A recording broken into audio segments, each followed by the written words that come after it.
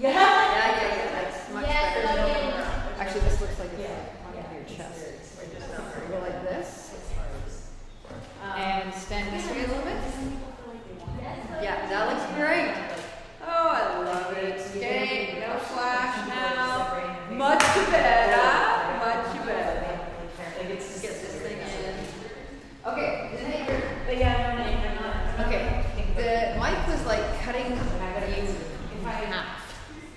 So I may even remove this. Can you stand more this way? It's weird if you want.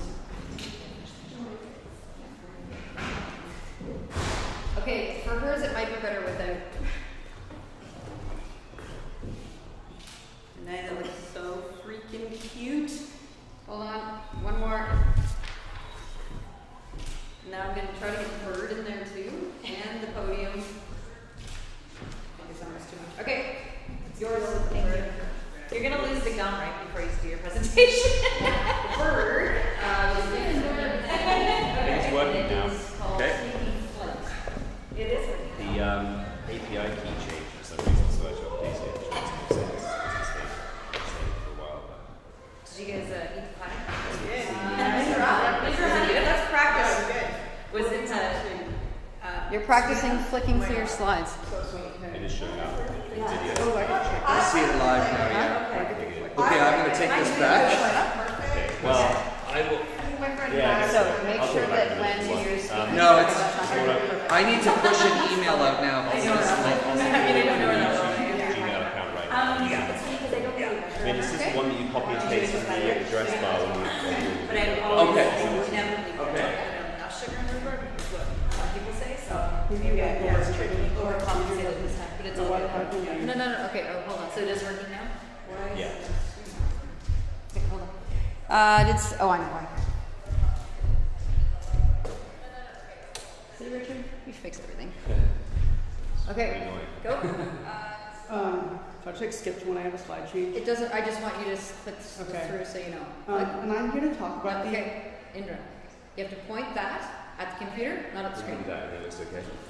And I'm here to talk Yep. about the common struggle of translation of documents. I was born in Nepal, which is south of China. Looking up. There's a delay. You Yes. don't need to have this out like this all the time. You just have it like this click.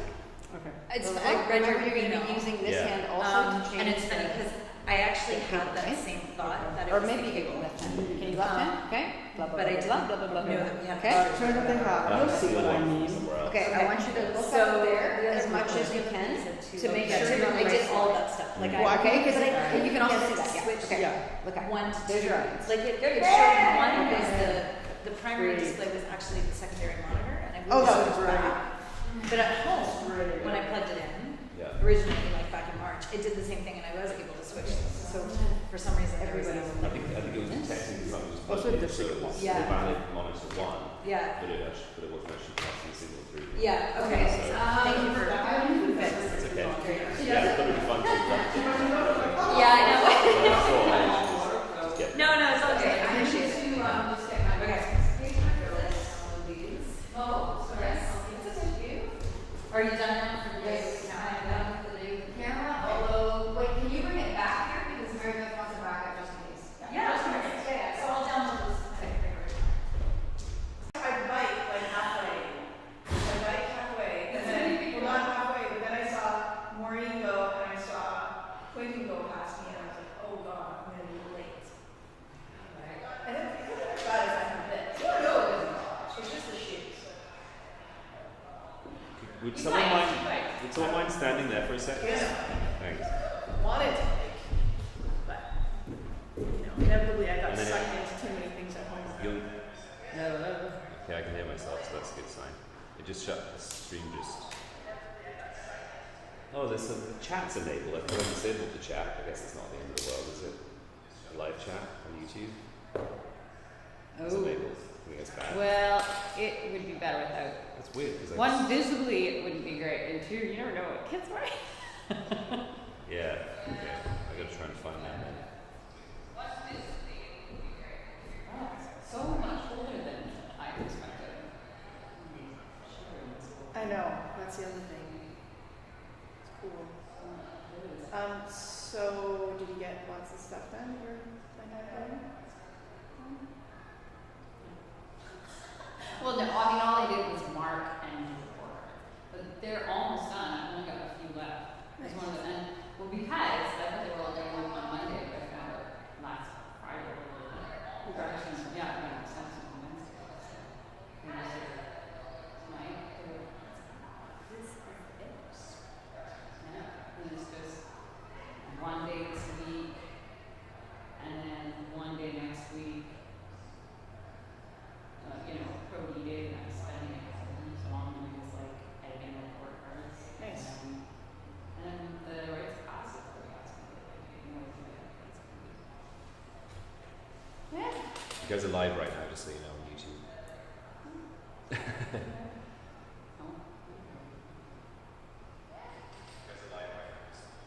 Very good. I can't figure out how to make my phone completely silent. I guess the box. Can I show you the cutest picture in the world? Awesome. That's the same. Freaking girls. It's too much. It's funny because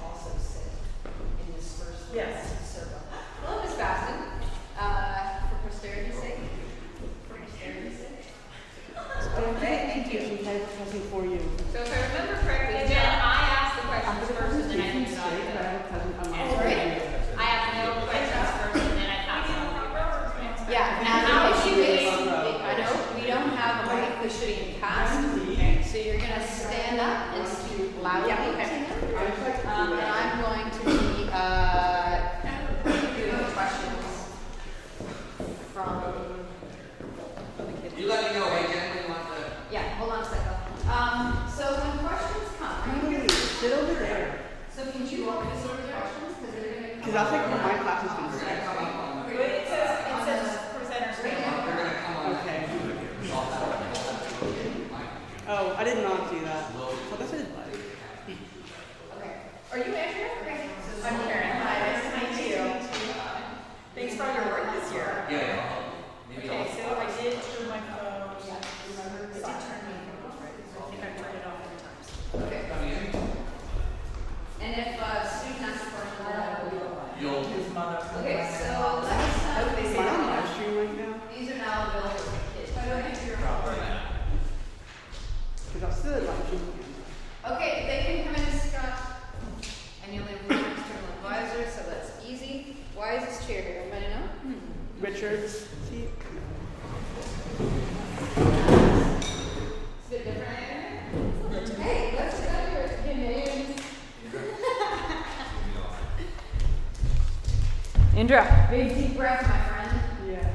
No. Actually, Yes. Please, do I get water? Indra, Yes, I'll get you water. Can you send that? Is it your sister or this sister? my sister. Your sister. Can you send that to your He's sister? going to be breathing nice and slowly all the way through because he's going to be talking so slowly. Yes, I will be. Painful. I've literally written, speak way too slow, and then later I have, no one can understand you, slow down. I know, like all throughout, which I think is brilliant. That's a good idea. The hair is excellent. I love that the hair It matches the matches. outfit. It's amazing. Can you see okay?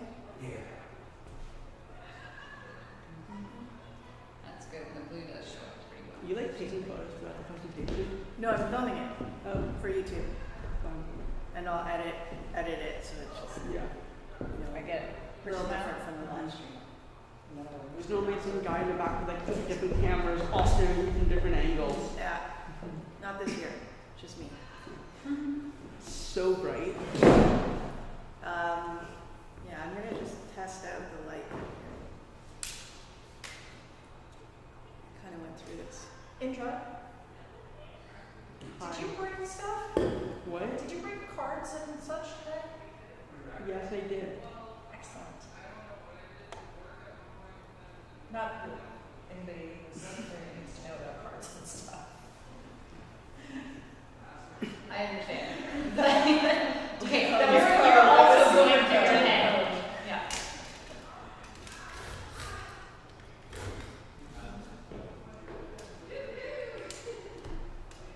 It starts with -1. All right, mister. Have some water first. Does somewhere in your script, does it say, I need to drink water now? No.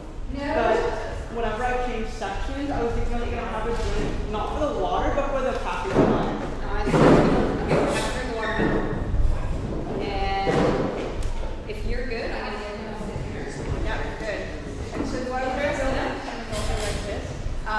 No, I think it's okay. You're gonna stop standing over this. I'm gonna follow and do the big welcome. And that's the probably the start. It's the start of the because I explained the whole thing and I didn't know. Mr. Soto or Mr. Snyder? Okay, so How about this whole thing? he says no. Yeah, we discussed this. Okay, I'm gonna call Mr. Soto Snyder when you introduce him. Yes. Okay, got it. Now it says yes. Diana, there's chairs over there.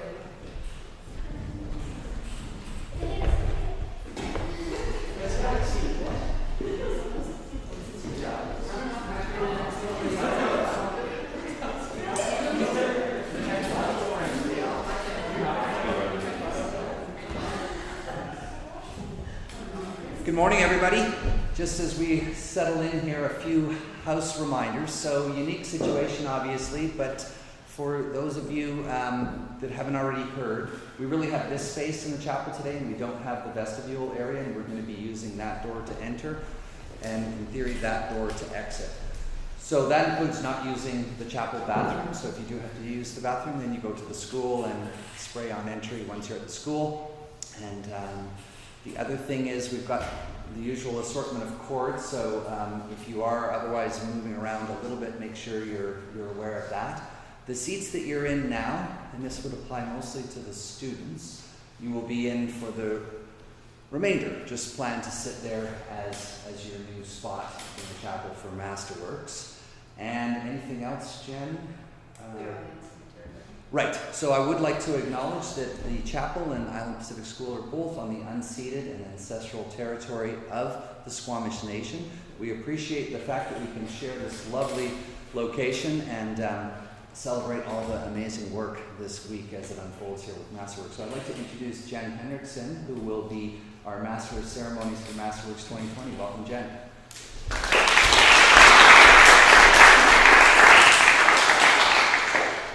Hello everyone, and welcome to a very unique Masterworks 2020. So we are live streaming this right now to our YouTube channel, and the whole world can see our Masterworks of today. The questions that you may have through this are going to be sent to youtube@go.islandpacific.org. So this is going to be very important for those in the audience to be able to send questions in so they can ask the presenters. Today is a huge day for our grade 9s. It's the culmination of a lot of hard work. So in the summer after grade 8, they start thinking about what they would like to do for their Masterworks. They're going to be spending a year looking at a topic. So they have to pick something that really resonates with them. And we get such a huge array of topics, it's really quite interesting. So after they've picked their topic, they get assigned to an advisor. They work with this advisor from the school and also one or two external advisors that can help them really research and get deep into their project. They write a 15 to 40-page paper. Then they have this as sort of the jewel of what they have found out. So we have some lovely presenters today that are going to be speaking for about 25 minutes, 20 to 30 minutes. And then we have questions from their advisors, and then also questions from the floor. So it's a really big day for the grade 9s, but it's also, it shows everything that they've learned in their 4 years at IPS. So we're really excited to present this to the world today. We have a few conventions that we follow for this week, because our grade 9s are at a level sort of beyond their IPS time. They are not in uniform today. They're presenting their own style. And also we call them by their last names. There's also a statue here that was donated by Ian Henley, and it's called Taking Flight. And it represents a student really with the bird of knowledge and them taking flight with that behind them. So, without a further ado, I would like to introduce Mr. Sobel Snyder to talk to you about identity and adoptees.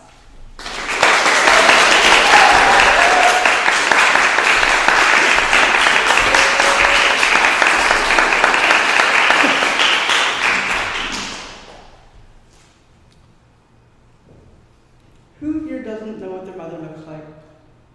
Who here doesn't know why they have their name? Who here doesn't know their father's parents? These are things that most people know except people like me. People that are adopted.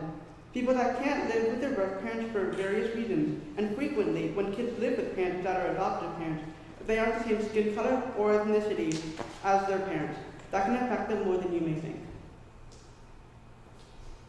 Hi everyone, my name is Indra Soko Snyder, and I'm here to talk about the common struggles of transracial adoptees.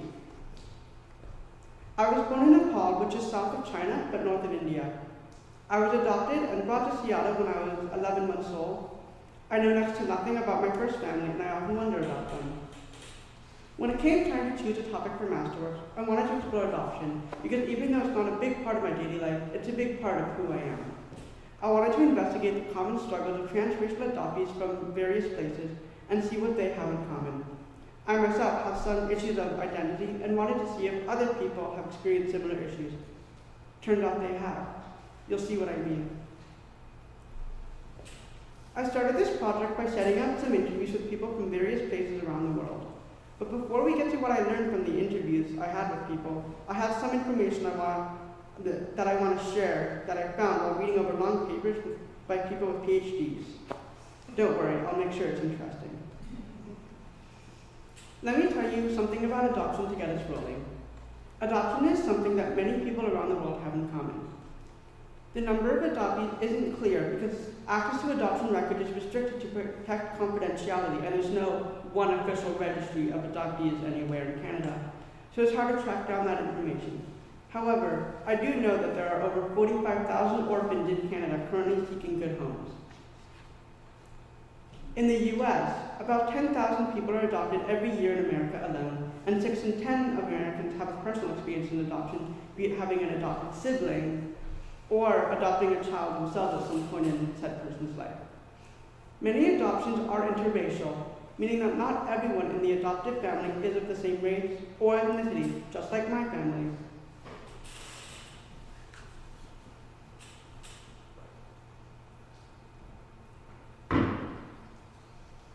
I'm now going to explain why people choose to adopt. People adopt children for many reasons, such as not being able to have a child themselves, usually for medical reasons. They may want to adopt for religious reasons. They may feel that they have plenty of money and resources, and they want to share that with someone less fortunate. A woman may focus on her career when she's younger and wants to have a child at a later point in life, but as pregnancy becomes more dangerous the older you are, she may choose to adopt instead. The prospective parent could be single, or prospective parents could be gay, and therefore unable to have a child of their own by birth. There are obviously many more reasons why someone would choose to adopt, and if anything, I probably haven't said half of all the reasons.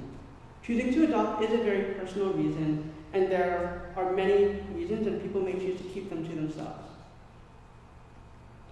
Now we're going to pretend that you wish to adopt a child. Let me tell you how this works. There are many steps to this journey, so let's get ready. To begin the adoption process, you must be at least 19 years of age and have a stable income. So sadly, that leaves you grade 9 out of the equation. The first step to legally adopting a child is finding an agency. Adoption agencies support the birth families and adopted families throughout the process. Every agency is different. Some are better at supporting gay parents or single parents or married parents. It's important to pick one that will fit you and your future child's needs. Once you have found an agency, you must complete something called a home study run by a social worker. A home study is when a social worker will come into your life, perhaps sit down with you on your couch and assess all dimensions of your living situation, from your future plans to the partner that you live with and the children you may already have, or children you may hope to have biologically or adopt later in life. The social worker introduces you about the many aspects of your life. This can be how good your relationship is and to discuss your financial status. I'm now going to ask some questions that may come up in a home study conversation with a social worker. So let's imagine that we're sitting in your living room. You have a really nice couch, by the way. Do you prefer a certain gender of child? Why? Do you want a child of the same race or a different one? What kind of person did your parents want you to become? Did your parents influence your choices growing up? As you can tell, you're going to have to be prepared for a lot of personal questions. There would also be many more questions had this been a real actual interview. You will also need to talk about your family's history with a social worker, even if you had negative experiences such as an abusive parent or maybe a family member in jail. The social worker wants to know everything about you and who you are as a person because your own experiences could affect your parenting skills. The social worker may also meet with family members of potential parents who will not be raising a child, such as the prospective parent's siblings or friends, or even just references you can choose yourself. The social worker may ask for other things such as a marriage license or a medical checkup from a doctor and financial statements. Once you have all of this in order, you then have to wait for a while, sometimes a few months, sometimes a few years. Sometimes you wait to be matched with a child, and sometimes you need to wait for the paperwork to be finalized. This wait can be hard, especially if you're allowed to visit the child, because you'll often bond with them, and you'll have to leave them to fly back home before the official trip to pick them up. You then have the joys and responsibilities of raising a child. Some parents find raising an adoptive child of a different race an extra challenge, since a parent and child may not look the same.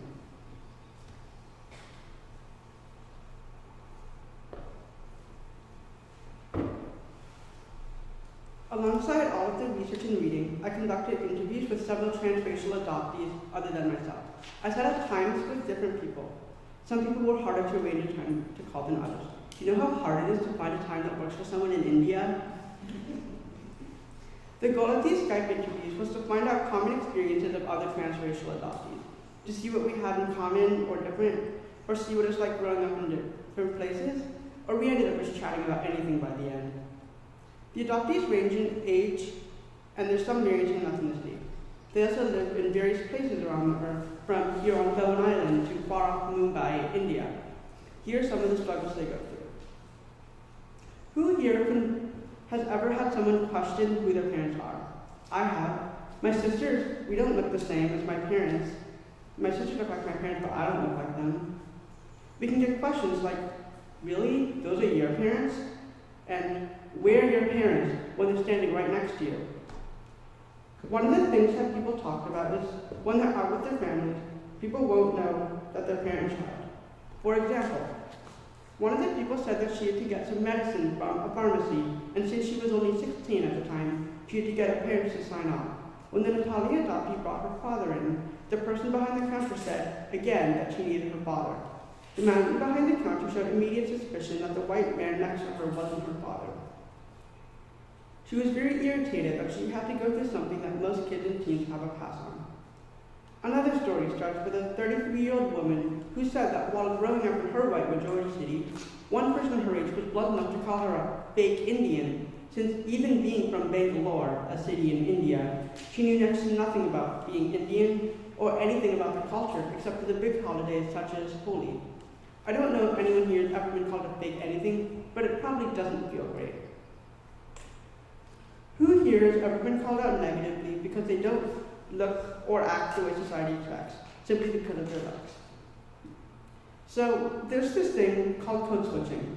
It's essentially where someone acts like a different person in slang, the way they act, their tone, and it helps them fit in with the group that they're with. Many adoptees feel that they need to code switch, or that they will be called out for acting a different color than they really are. Many of the adoptees I talk to say that they feel they can't identify as white or of color, even though they physically look like a person of color. We have this awkwardness in between where maybe we don't know what slang to use in our regular conversations with other people, no matter the color of the person we're talking to, or even know how to dress. One friend of mine felt that she shouldn't wear ripped jeans in her high school. She thought that ripped jeans were only meant for white people. That's what she found out in her Californian city. Us adoptees are often trying to figure out these culturally appropriate norms on what we can wear. For me, I've been called out for acting in a way that I would not be expected to. I was one time told, "You're not white, don't say those things."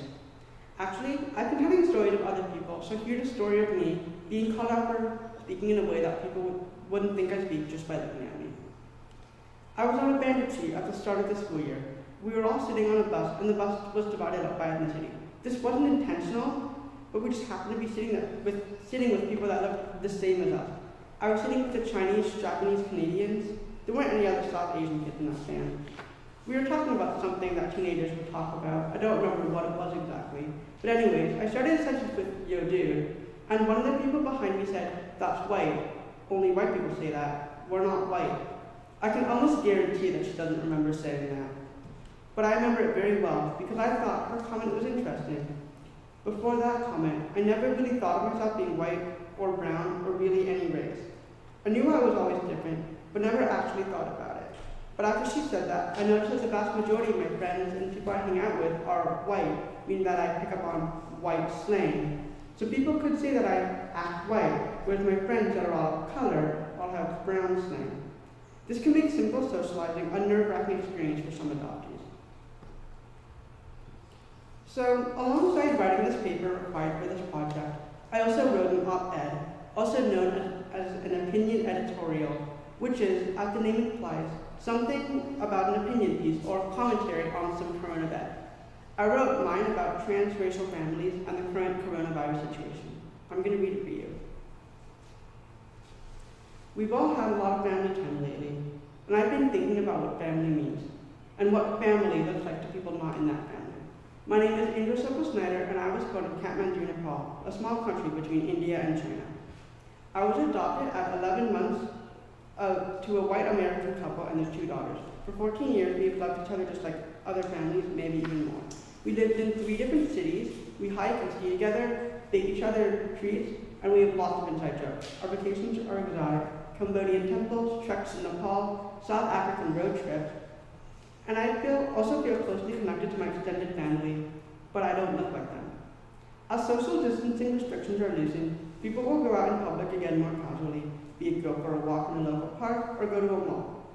But we're supposed to be in family groups, not socializing, and many strangers seem to want to enforce these rules. I'm concerned that someone's going to assume that if I'm with my family, that we're just friends violating the orders. That can be uncomfortable. I have this memory I want to share. I'm at the pool, and I'm supposed to be with an adult because I'm under the age of 8. A lifeguard comes up to me. "Where are your parents?" he asks, bored. "Oh, over there," I answer, pointing to the observation area where my mom looks up. I don't see them. The lifeguard looks around, obviously looking for a woman of color. "Yeah, the person over there in the brown jacket," I say. He hesitates. "Oh, okay." The lifeguard looks around one last time, then walks away. I started my 9th grade asking fellow transracial adoptees about their struggles with race and identity for a school research project, this Masterworks project. When everything changed this spring and we were sent home to shelter inside, I realized what I have is some advice for the public, and about not making assumptions based on appearances. Every adoptee has their own story, but we do have some things in common. I'm writing this because I want people to know about the struggles of transracial adoptees and what you can do to help us not feel singled out. There are some things that adoptees believe could help them feel more comfortable. The first thing that people I talk to agreed on is that we feel out of place even with people of the same ethnic origins. For example, one woman born in India said that she felt she didn't fit in even with other Indians, and other people say that they feel out of place being with white people. Here are some of the things that stood out to me from my interviews. We must learn to teach ourselves to act in a white-centered world. I feel like a token as a person of color when I'm with my extended family. We have a different reality than non-adoptees. We may also have a harder time knowing if something that someone said or did was racist, since we aren't in tune. People say things that may be insensitive, like, "Oh, do you know why your parents left you?" This may seem like a simple question for someone who isn't adopted, but it isn't a question for casual talk. It can be deep, since some adoptees go through their whole lives wondering this. Also, when people ask this, it could bring up memories we try to forget, and while you probably don't realize it, we've been asked these questions many, many times. Let us bring up the subject ourselves. What I'm trying to say is, transracial adoptees can have it rough, and post-COVID-19, please don't make it any rougher. Please think before you assume anything about our personal stories. As one of the interviews told me, we must learn to teach ourselves to act in a white-centered world. And believe me, we're trying. But in this unstudied time, I hope you'll try too. I hope you like the op-ed.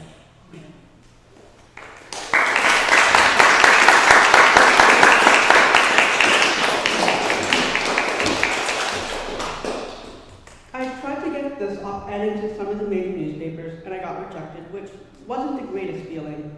But finally, on May 27th, I got my paper into a website called Medium. And at the time I wrote this script, I got over 700 views. And many, many comments. Yay!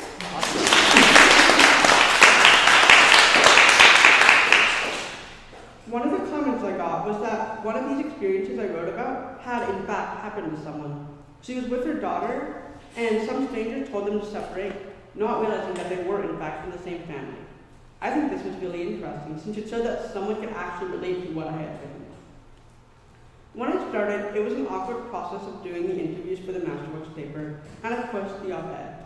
I started the interviews being like, "Hey, want to call? It'll just be about 20 minutes. But each one took over an hour, and this was the end product, turning about 8 hours of talking to people into a 684-word paper. I think I did pretty well. Yeah. If you want to read this article again, you'll find the link if you just search up my name on the internet. Just look up my name, Indra Silva Snyder. Second result, you'll see it. Thank you to my advisors, Andrea Baston, Martha Mendoza, and Jen Drill for helping me with this very long journey of our project. Thank you, Andrea, for putting up with my deep personal questions, reading over my paper, and giving me all the information you did. Thank you to Martha for reading my paper and giving me all the help on the op-ed and helping me publish it. Jen, thank you for helping me with the editing and writing of the paper and the op-ed. Thank you to all the people I interviewed who live all over the world. You know who you are, and I thank you for being so open with your answers. Thank you to my parents for helping with check-ins, and to one of my sisters for helping me read through my paper, and the other one for doing an interview with me. And thank you to the audience here in this chapel for coming, and to the people watching me on live stream for tuning in, and to people watching this at another date, thank you for clicking on the link to watch me. Thank you, everyone.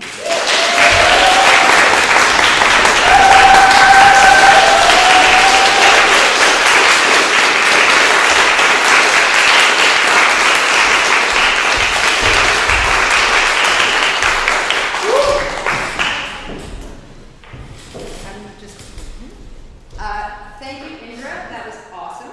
And I'm sure it's generated a lot of questions and curiosity even too. So we're going to start with questions from the floor. If you can stand up and speak loudly, that would be great because we're going to leave this mic for Indra. So Indra, you can be here.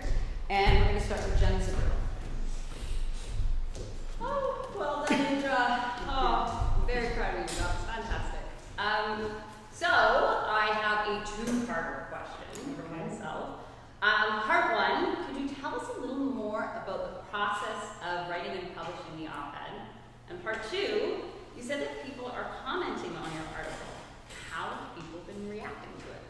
What was the first part again? The first part is, could you tell us a little more about the process of writing and publishing the op-ed? So we obviously started, so out of the interviews, I then took notes on what people had written or said, I wrote it, and then I tried to find the common strand of what people found in common, and then I sat down and just tried to write the op-ed with a lot of help from you.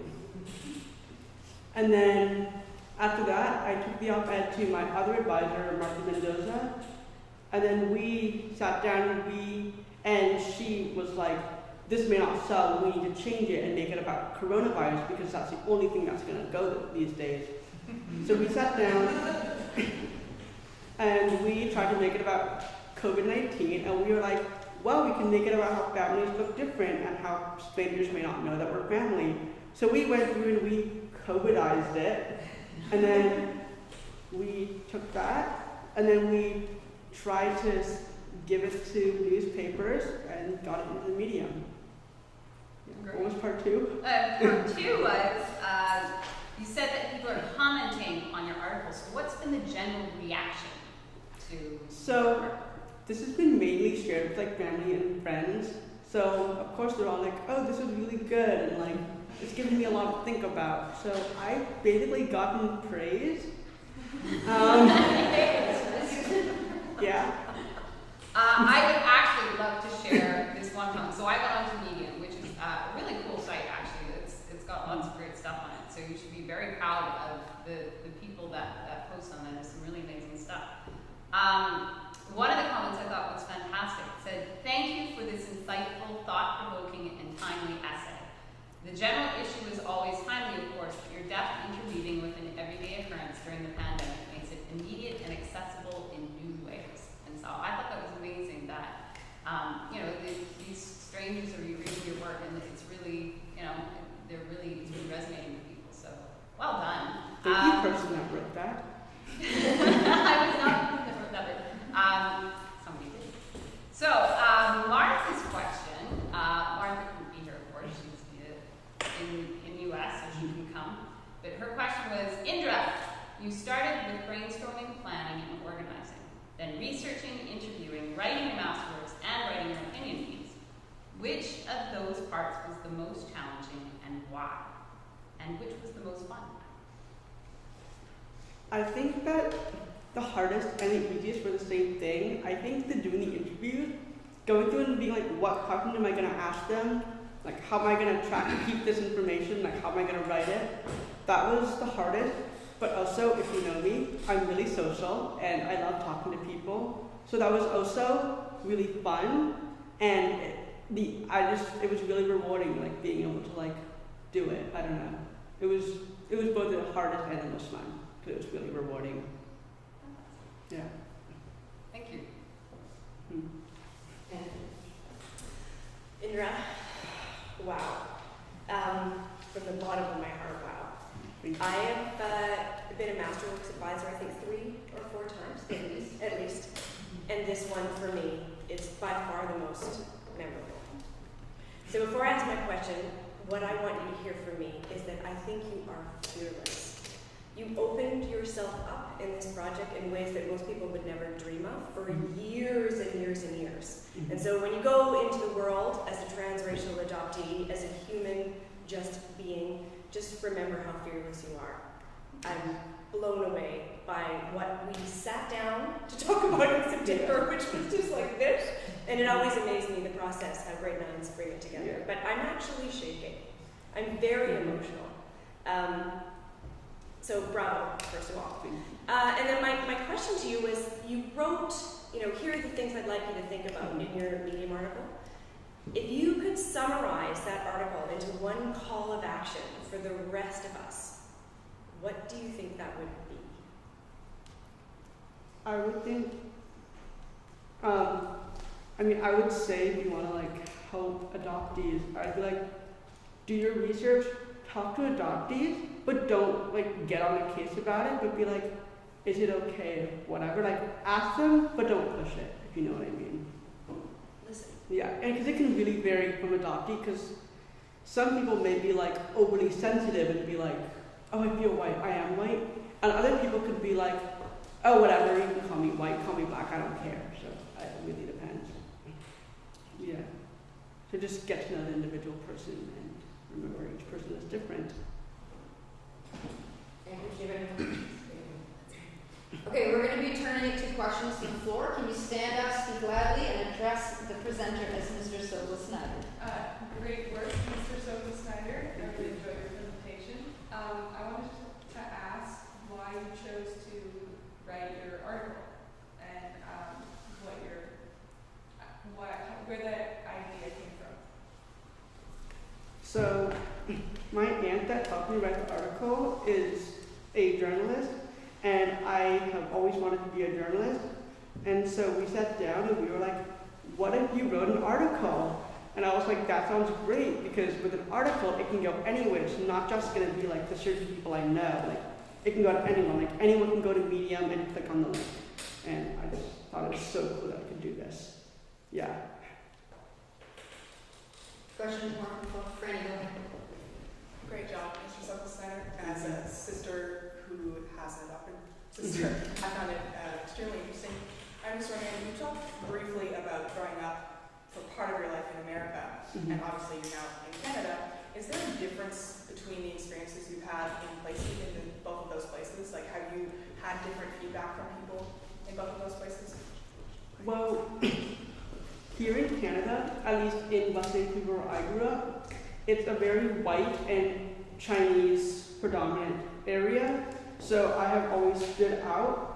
But when I lived in the US, it was a lot more in Washington DC, it was a lot more diverse, and I had a friend who was Pakistani, and I felt I could relate more to people in Washington DC than in Vancouver, where it's white people and Asian people, but Eastern Asia, and yeah, I don't know, I feel more singled out here in Canada. But maybe if I lived in Toronto or Montreal, it would be different, I don't know. Or even just living in Surrey, it could be different. Yeah. Any more questions from the floor in here? Excellent job, Mr. Silva Snyder. My question is, have you formed any friendships with the people you interviewed, or any relationships that you will continue going forward? Well, I was already knew some of them, whether they're friends or siblings of friends, but definitely doing these interviews has strengthened my relationship. For one of them, she lives in California, and I know someone in the same city, and we were we know the same place, but now we're thinking next time we go to that city, we should meet up. So it definitely has strengthened some friendships. Yeah. I think we're going to go to some questions that have come in through the live stream now. So Scott's going to read them. Great, thank you, Mr. Sokol Snyder. So I do have some inbox questions here, but first a little bit of praise from the founding head of the school. Dr. Ted Spears says, this was a great presentation. Your insights about white and brown slang, and your op-ed were particularly compelling. Nicely done. So that's from Ted, and I'm sure he'll come back too with some more. And this is from Rebecca Sokol-Snyder, so I'm not sure. Yeah, so what was the most compelling thing you learned about transracial adoption throughout this process? The most compelling thing? I don't quite know what she means by that. But definitely like the fact, I don't know, some people have experienced full-on racism and not known how to deal with it. And like one of the stories I did not include was one person with her boyfriend who was also not white, and they had a full-blown racism experience of like the police was getting involved. And I just think that was really interesting because they didn't know how to act, but maybe if they had parents who were of color, they could have taught them, like, if this happens, this is what you do. I don't know. Yeah. Okay, and I have one more from 7th grader Hannah. Well, she has two actually. Here's the first one. Do you feel that being asked a personal question that questions your background, legal parents, and or heritage would affect adoptees positively or negatively? If you were asked a personal question. It just depends on the question. Because some questions could put you down, like oh, or lift you up. Because like some could be like, oh, why did your parents leave you? Or like, how do you not know anything about your family? Like that could put you down. But I guess there are questions that could like raise you. I don't know. When you get asked that question, what does it do to you? Does it buoy you? I've just been asked these questions so many times. I just like kind of like know what I say. I just learn like don't take it personally, and just like know they're asking this just because you're adopted. I've gotten to the point where I can ask these without feeling personally attacked. I don't know. And then if I can jump in with my question. So I'm curious, as you're now 14 years old, or you're 15 now, right? So at this point in your life, are you interested in researching or investigating your birth parents? Is that something that's of interest to you? And if so, how might that play out? Or I think it would be cool to find out where I'm from, but knowing. I think it'd be cool to be like, oh, maybe I'm actually like 1/16th Indian or something like that. Sounds interesting. Like, have you ever heard of 23andMe?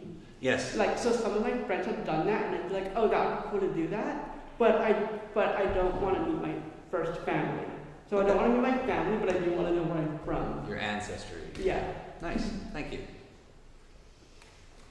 Can I ask you a question, Mr. Sokol-Snyder? Yes. I'm wondering about the camp that you go to. I know a bit about it, but can you describe to the audience what that's about and how that relates to your interview choices? So this is a camp called Indian Nepali Heritage Camp.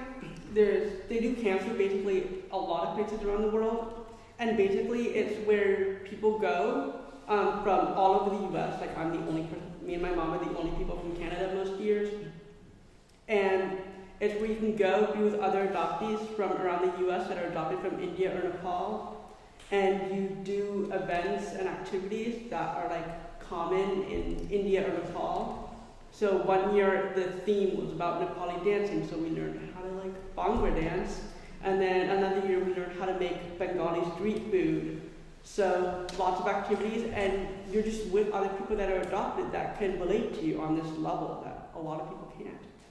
Yeah, and I try and go every year, but it's been canceled this year for obvious reasons. So we're all really depressed. Yeah. And Indra, how many of your interviewees were from that camp, friends that you've made? I think of the interviews, all but one were from that camp.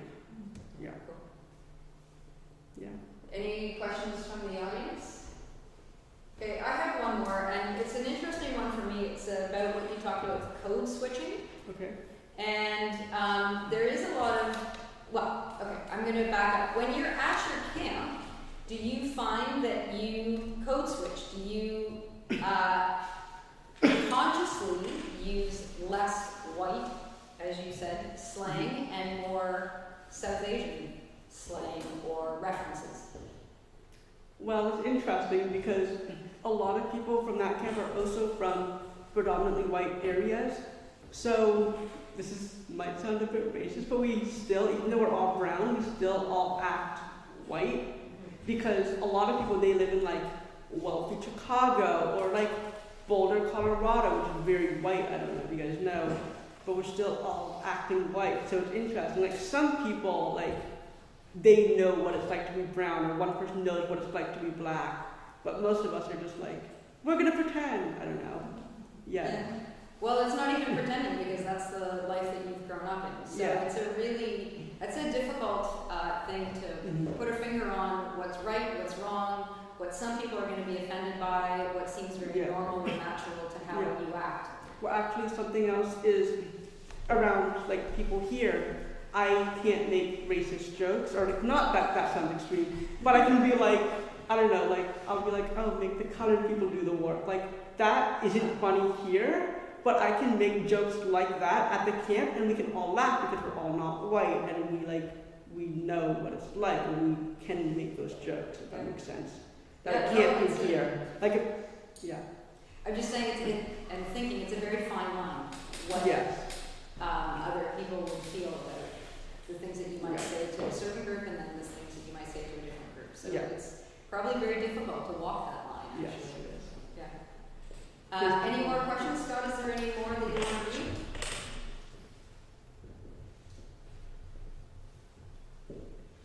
While you find one, Jen Zadrill is going to ask another question. I was listening to this. I was thinking again about conversations that we had about how it's different when you're a transracial adoptee rather than someone who's adopted into a family who is same color as them. That people will look at you and look at your family and go, "Oh, he's adopted," and they won't necessarily know that the same way that they would about somebody else. Right? And so it's this immediate, personal, deeply personal thing that somebody knows about you immediately. Right? And the assumptions that'll go along with that immediately. How much does that affect you? Is that something that, do you see that as a boon, as a way of becoming closer to somebody faster? Do you see that as actually quite, what's the word, invasive almost, that they know that about you so quickly? I mean,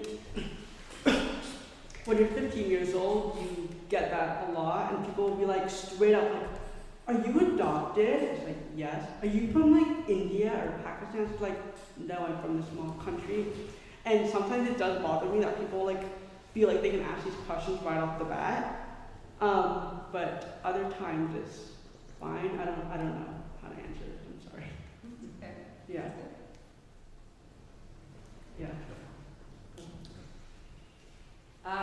So that ends our question period. The first one of the day. You've been very brave, Indra, and answered a lot of great questions. So thank you, audience, and most of all, thank you, Indra.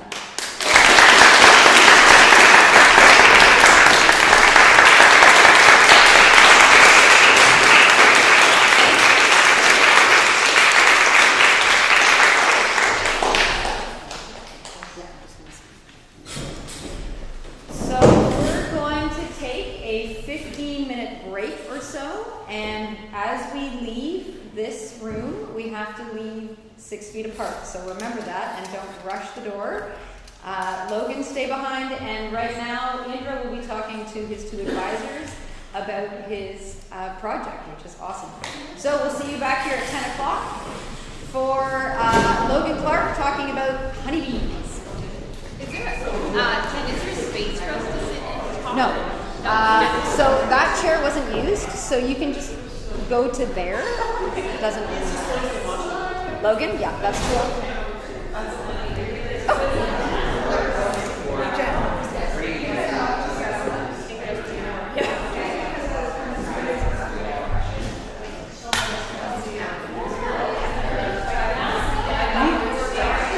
Jen does that, I think. Put you on that, Maureen? Can I put you on that?